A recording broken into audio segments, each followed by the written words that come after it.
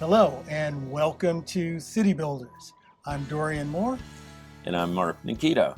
and we are here again in another city, another urban-oriented environment, as we always are. And we're talking about cities. Cities. And City building. In this case, we're talking about cities in the region that's known as Northwest Arkansas.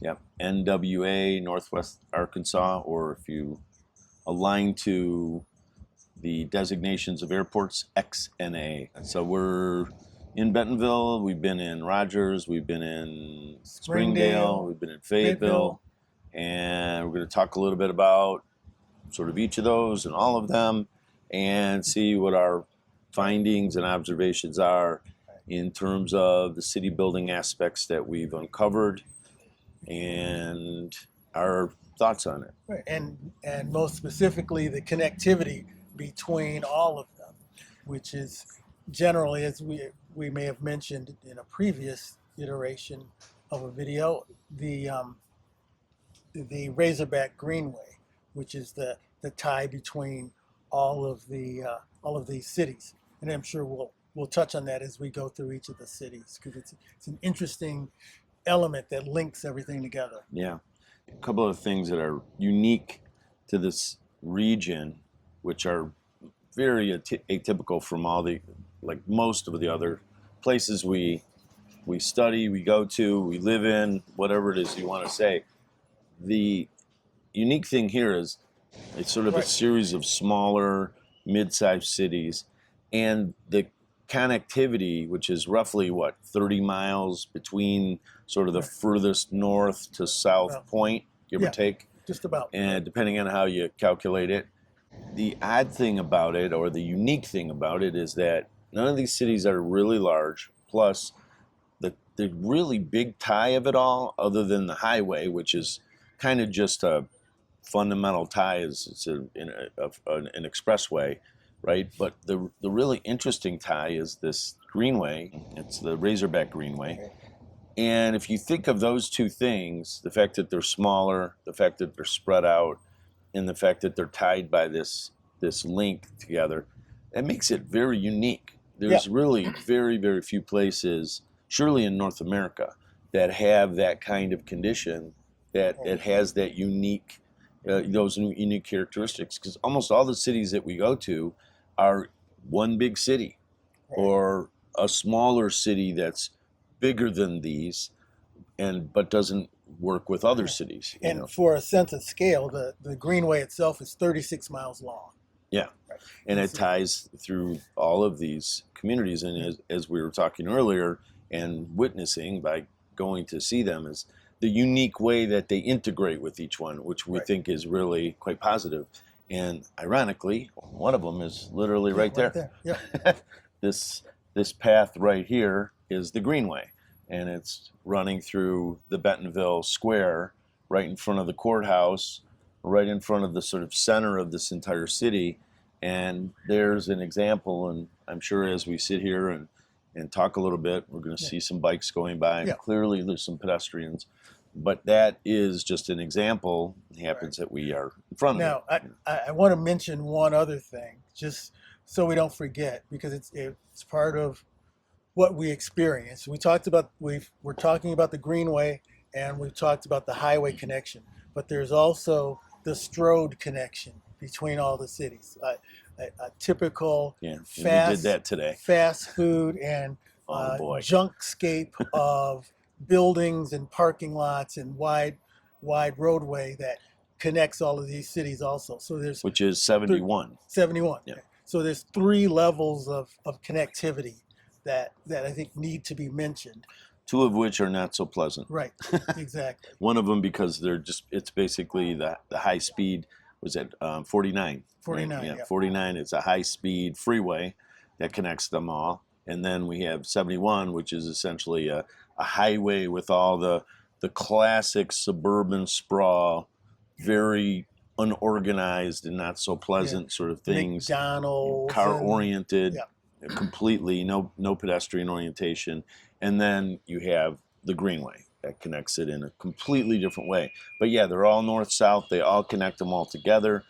depending on if you're a car, if you're on a bike, and that becomes the connected elements. Right. And one of the things that we brought up about the Greenway in each of these cities is that it has elements that have drastically different characters in each of the cities. For instance, if we start here with Bentonville, because we're here, right. And so if we start here, that other than this area where it intersects with the main public square of the city, there's also the rather lavish and lush Greenway that is just a couple of blocks beyond here, that also has a very interesting and elaborate art walk that's associated with it. Yeah, but that's not the Razorback right. Greenway. That's it's an offshoot. Yeah. It's an offshoot. But and there are a few of those right. in the region right. that we found. That there are a number of other sort of walkways or greenways or path systems that sort of branch off. Right. The major one, which is the Greenway, right. the Razorback right. Greenway.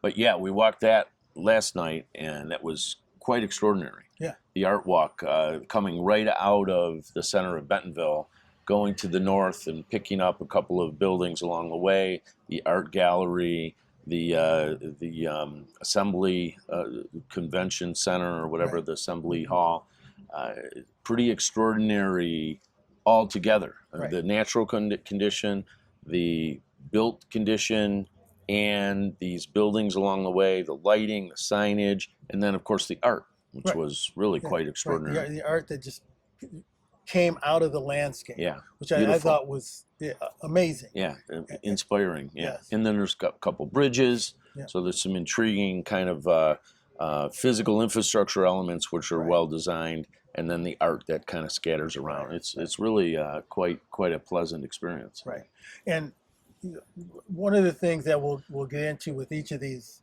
is the fact that the character of each of the cities is very different as far as the main core and the main street, yes. and in this case the main square, which this is the only one that has a main central square that's sort of the central nodal point.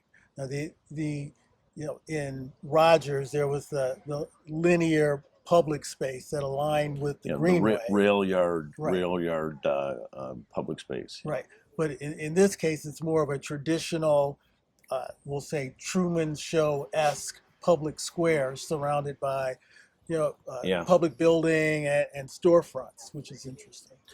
It's real because it's right. historic and it is what it is, but it almost seems cliche. Yes. It almost seems like it's fabricated in this sort of fake way because it's so aligned with the sort of classic right. square public space or square courthouse or civic building on a fountain. I mean, surrounded by other buildings. It's got all the elements. Check. Exactly. And it's kind of interesting because I think if you're not paying attention, you might think it was made up like a screen set, like right. a Truman Show thing, but it's real. It's authentic. It is the community of a century old, downtown. And I think it's one of the things that we always look at when we're analyzing cities compared to each other, one versus another, or in a collective, when we're trying to identify the elements that differentiate one from another, we start to think about, okay, what are the things that are aligned and what are the things that are sort of deviating, so we can really think about how we can see them in their own character, in their own way. And I think one of the things that I think are really notable in these four cities is that they're all historic, older buildings built 100 years ago, built obviously in an urban manner, built to the street, a certain scale, a couple stories, civic buildings that are prominent in one way or another. Mm-hmm. And those are all, that's a fundamental sort of fabric that's in all of those, with a certain amount of infill that's sort of scattered around that, if you will, but not in an overpowering way, almost in just a supplemental way. So the historic, if I think about all four of those cities, the historical context is really very clearly the primary. And right. the other things, whether it's adaptive reuse or cleaning up an old industrial building or infilling something new, like the building we're sitting next to here is a brand new building, but we're sitting across from all this historic, character. The prominence is the historic, and the infill is really supplemental. Right. So that's a characteristics I think it's important to designate. But the where it's different, and just on that point, I want to just state one of the fundamental differences is each one is laid out in an urban pattern, street grid, overall layout in different ways. And I think that's where the differentiation, so they're not all sort of the same. There's a lot of distinction of each one. For instance, Springdale is more of a linear Main Street. Main Street situation, a traditional Main Street, as opposed to a centroidal situation like we have here, which has a nucleus in the center, and then as opposed to Rogers, which is a grid that is really like a full district. Really. Full. I was going to say downtown, but a multi-gridded Street, district. multi-street area that is intersected by this linear public space and then cut through by the Razorback Greenway trail system, which aligns with the linear public space. It's sort of the same. And interestingly enough, that public space and the Greenway are really recent incarnations of what was a rail corridor. A rail corridor. So the rail corridor was really the historic driver going through there, when off of it was the grid of the downtown. And then now that rail corridor, which is still there's still a rail condition where trains do go through, but it's now this linear park, so it's a completely different thing. But the physical characteristic of it being a sort of a linear element that deviates from the buildings but aligns with it is all still there. So there's a lot of interesting aspects to that, which I think differentiate it. And the other thing, Fayetteville has this central condition as well, like this. So it's kind of bookended with Central Square. But the difference is the Civic Building here is off to the side, and the center square is clear with a fountain in the middle. And in Fayetteville, the Civic Building, which was an old post office, is right in the middle of the square. It's actually the highlight of the square, which is very interesting. It's atypical. I mean, you find it in a number of places. But there are plenty of examples of that. I think of Bardstown, for example, in the Kentucky region, not far from Louisville, and in the center of the bourbon country, which we know and love. And that has that situation. You have your town square right in the middle. The streets come off of it, and the building. I think it's the courthouse there as well. Sometimes the city hall. In the case of Fayetteville, it's the post office. But they're major civic buildings right in the middle, center. So that's a common condition. But here we have clearly 4 different variations on the theme, but completely different sort of ways that the cities are laid out, which I think I find it really interesting. There's things that tie together, the things that differentiate them, and then it makes it for a unique set of urban conditions that collectively make it quite interesting.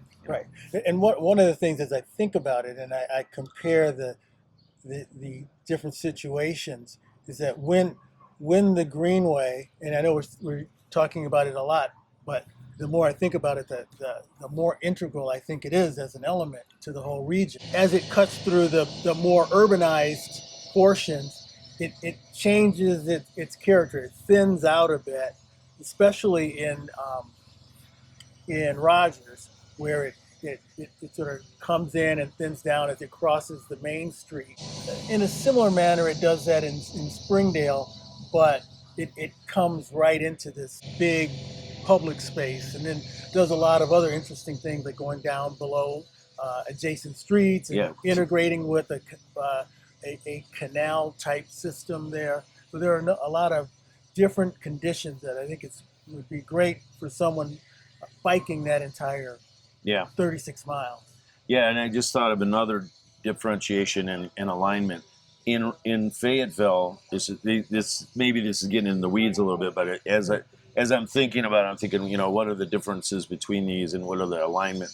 And in Fayetteville, the Greenway doesn't go through the center of the historic town.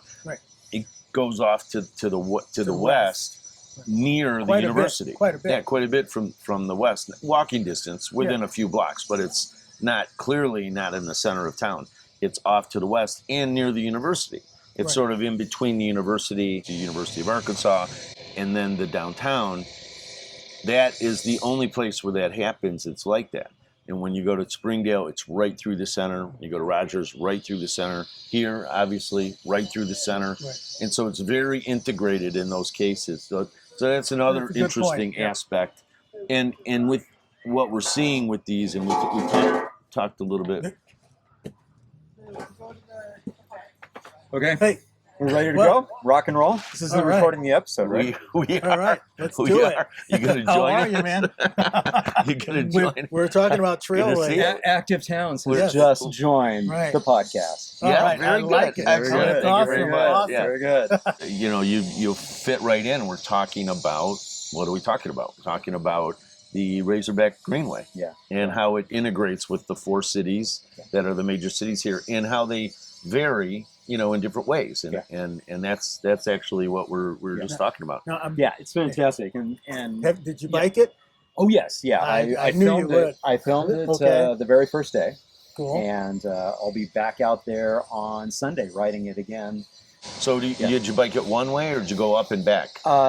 Biked it one way, so took a shuttle from Okay. here in Bentonville down to Fayetteville, and then rode from the square Yeah. to the square. Yeah. Which, Yeah. by the way, is a community event that the region has. They do it twice a year, Okay. where they go from Fayetteville to Bentonville, square Yeah. to square. Excellent. In the spring, one direction, Ah. and then flip-flop in the fall, Oh, going really? the other direction. Wow. And what's Wow. great is it's not a race. Yeah. It's just normal people coming together and Right. going out and doing, Yeah. doing the community ride, Yeah. normalizing riding a bike. Right. That's awesome. Oh, that's Yeah. That's perfect. great. Yeah. Wow. Well, I'm just going to make the comment about how these trails, when they get established like this one, and then of course I always, because I know it better, and I know there's others as well, and you know them better than we do, but the Moon and Trail, Yes. they become very important civic assets within the region, Right. but also become economic development drivers. Yeah. And we were just saying about how established this one is, how it's growing in its importance, and how we're starting to now see how, like in the Moon on Trail in Indianapolis, where the development starts to occur adjacent, nearby, and it stirs development, Yes. and it becomes a direct asset, so that you want to be near it. Right. And I think we're starting to see more and more of that here. Yeah. What's your take on that? Yeah, no, you're spot on, and really, even Monon was inspired in part by the Indianapolis Cultural Trail and its success right there in the city of bringing economic vitality and vibrancy back into a city which was dying and dead. Yeah. And so, we're seeing that. We're seeing bicycle-oriented development all along the trail and pathway here, or you can call it trail-oriented development as well. Yes. I like to say, I haven't heard that one. I like to say that the other TOD, trail-oriented I like that. development. Okay. But no, you're spot on. I mean, it's bringing life to villages and cities and neighborhoods and communities that haven't had much vibrancy in life. Right. Because you're taking a corridor that was previously underused or unused. Or it was a rail corridor, which is a totally Sometimes. different situation. Yeah, and very few segments of it in this situation were former rail corridors. A little bit there in, Parts of it, Fayetteville, but for the most part, it was a repairing corridor. For the most part, it was going along the creek sides, So is that the character of it? Because we've only seen it as it intersects with these major centers. Yes. What are the connections between them? What's the character of those of that trail? Yeah, it's sort of like the Monon, if you're really familiar with that. Yep. If you're riding it from Indianapolis up to Carmel. Yep. Not Carmel. Right. Carmel. Carmel and You'll Westfield. you pass through suburban areas, industrial areas, some farmland areas, and it's the same thing here. Yeah. As well. And that's exactly what we see connecting village to village, city to city in the Netherlands. As Yeah. you go into the urban area, Yeah. the context, then you pass Strong out of distinction that between transect, urban and Right. rural there. and then boom, Less yes. so Yeah. here. Yeah. You're like Yeah. experiencing the transect. Yes. Really. Oh, yeah. On you a do. bike. It's Yeah. awesome. Yeah. Yeah. And how much is this relative to Monon is further ahead? Mhm. But you were seeing this catching up to that, or at least becoming more sure. like that, right? There's this has gone so fast. Yeah, If you think it about has, this. So definitely. literally, Yeah. they went after their funding in 2011. They finished building in 2015. Now, granted, there were segments of it within each of the 4 major cities that had already been built, Mm-hmm. but it was disconnected. And so that was part of the federal grant Yeah. that they went after, was Okay. saying, oh, and also the philanthropic Right. side of it was like, hey, this has to be connected. It Yeah. has to be a cohesive trail Right. Right. to Right. bring the 40 miles to bring the region together, to bring Yes. the cities together. Yeah. Yeah.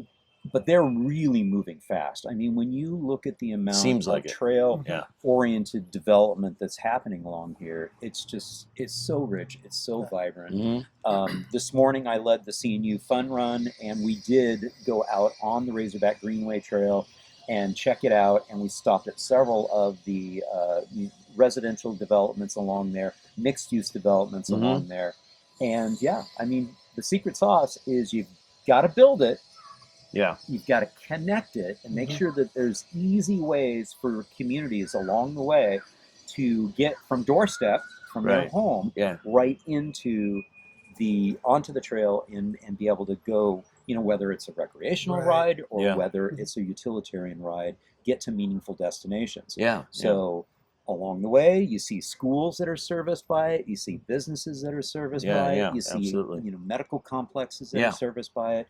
You're Right. suddenly seeing that, oh wow, if somebody doesn't drive, Yeah. but if they can get on a bike or Yeah. an adaptive cycle or even a wheelchair, they can get to meaningful destinations Yeah. on this all ages and all abilities activity asset. Yeah.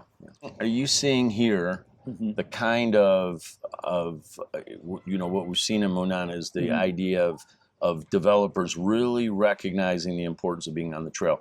I don't sense that that's quite here yet.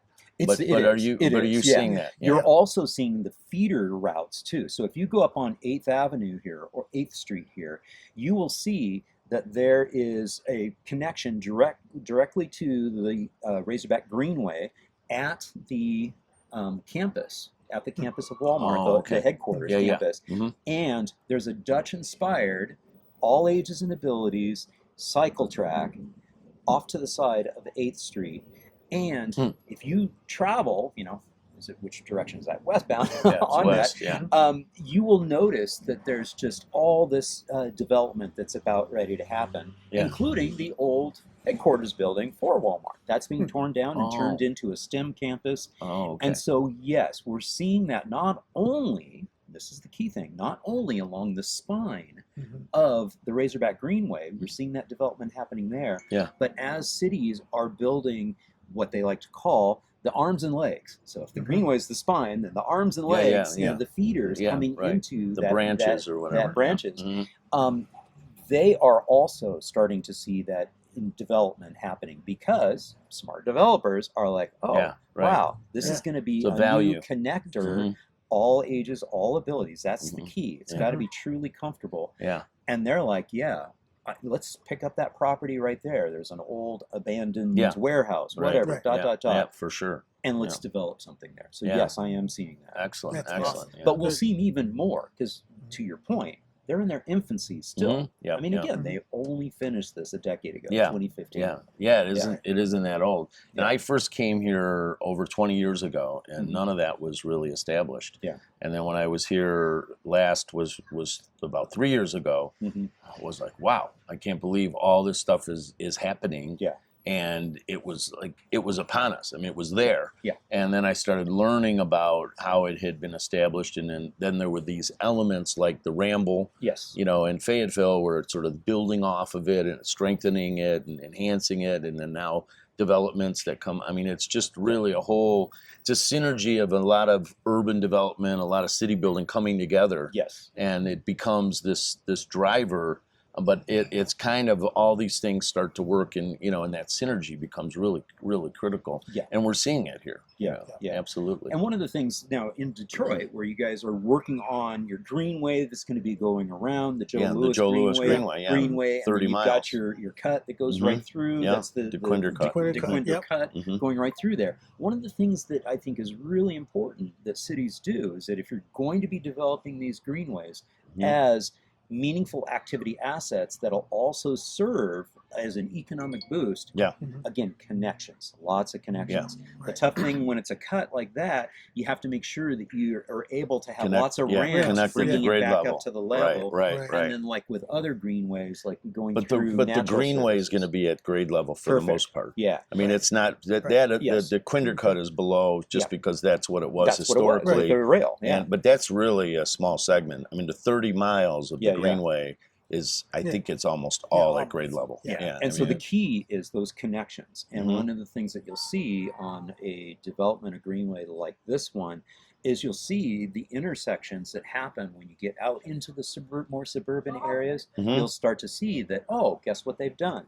They've punched through some of the cul-de-sacs and some of the dead ends and made trail connections. Why? Connectivity. Because you don't want to have to go a mile down the road, come back out, go around. Absolutely. Exactly. So the same things that we think of when we think of active mobility in urban development, we want to make sure there's lots of connectivity points. Well, I think as the asset establishes itself and people recognize its value, they clearly want to be connected to it. And you also see private owners starting to recognize that, and they'll be like, I'm just going to create a gate right here in my fence so I can access the trail. I don't want to have to go all the way around. So when were you here before this? And I mean, I'm trying to understand what you've learned about the evolution of this in recent times. Were you here at some point years ago? No, when it wasn't here? I'm learning the history from the people here. So I was here before. I was here in October. Oh, just recently. Just recently. Okay.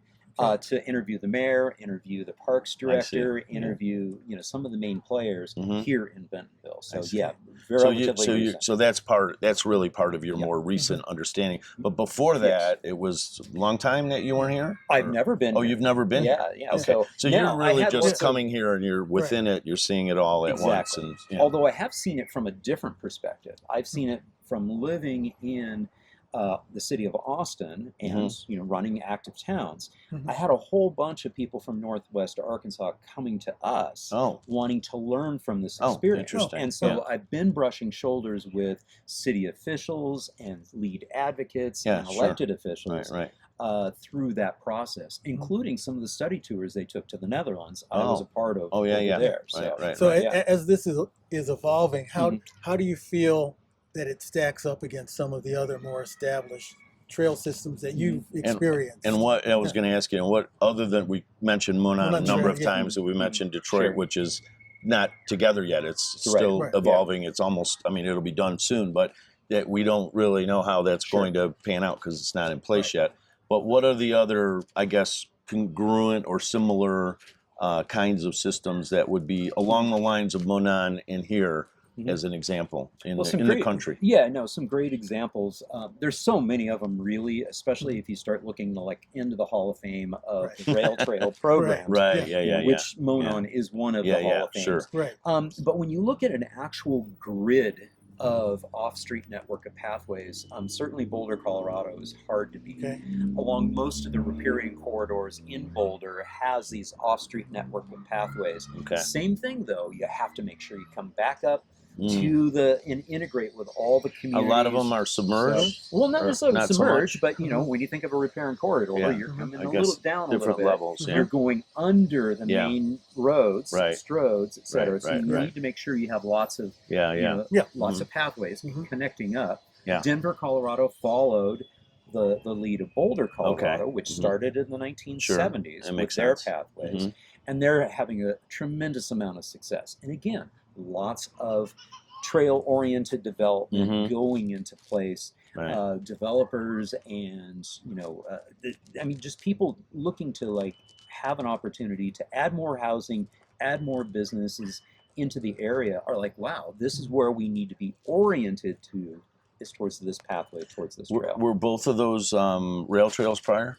No, not necessarily. They weren't. Not Okay. necessarily. Yeah. Some of them are Interesting. going along riparian corridors as well. Similar to here. Yeah. Yeah. Yeah. Interesting. Yeah. And any other come to mind outside of those two? Oh gosh. I mean, you know, sort of top of the line. I'm sure there's Yeah. elements all around in a There lot really of places, but Yeah. I'm just thinking of something because I think of this as what is it, 36 miles 36, here, Mhm. and Monon is something like that, 40 or so, Yeah. whatever it is. And the ones, I don't know how big the ones in Colorado are, but it sounds like they're established to that level. Yeah. Any other that come to mind that are that well, I guess, connected and, you know, strong in that regard?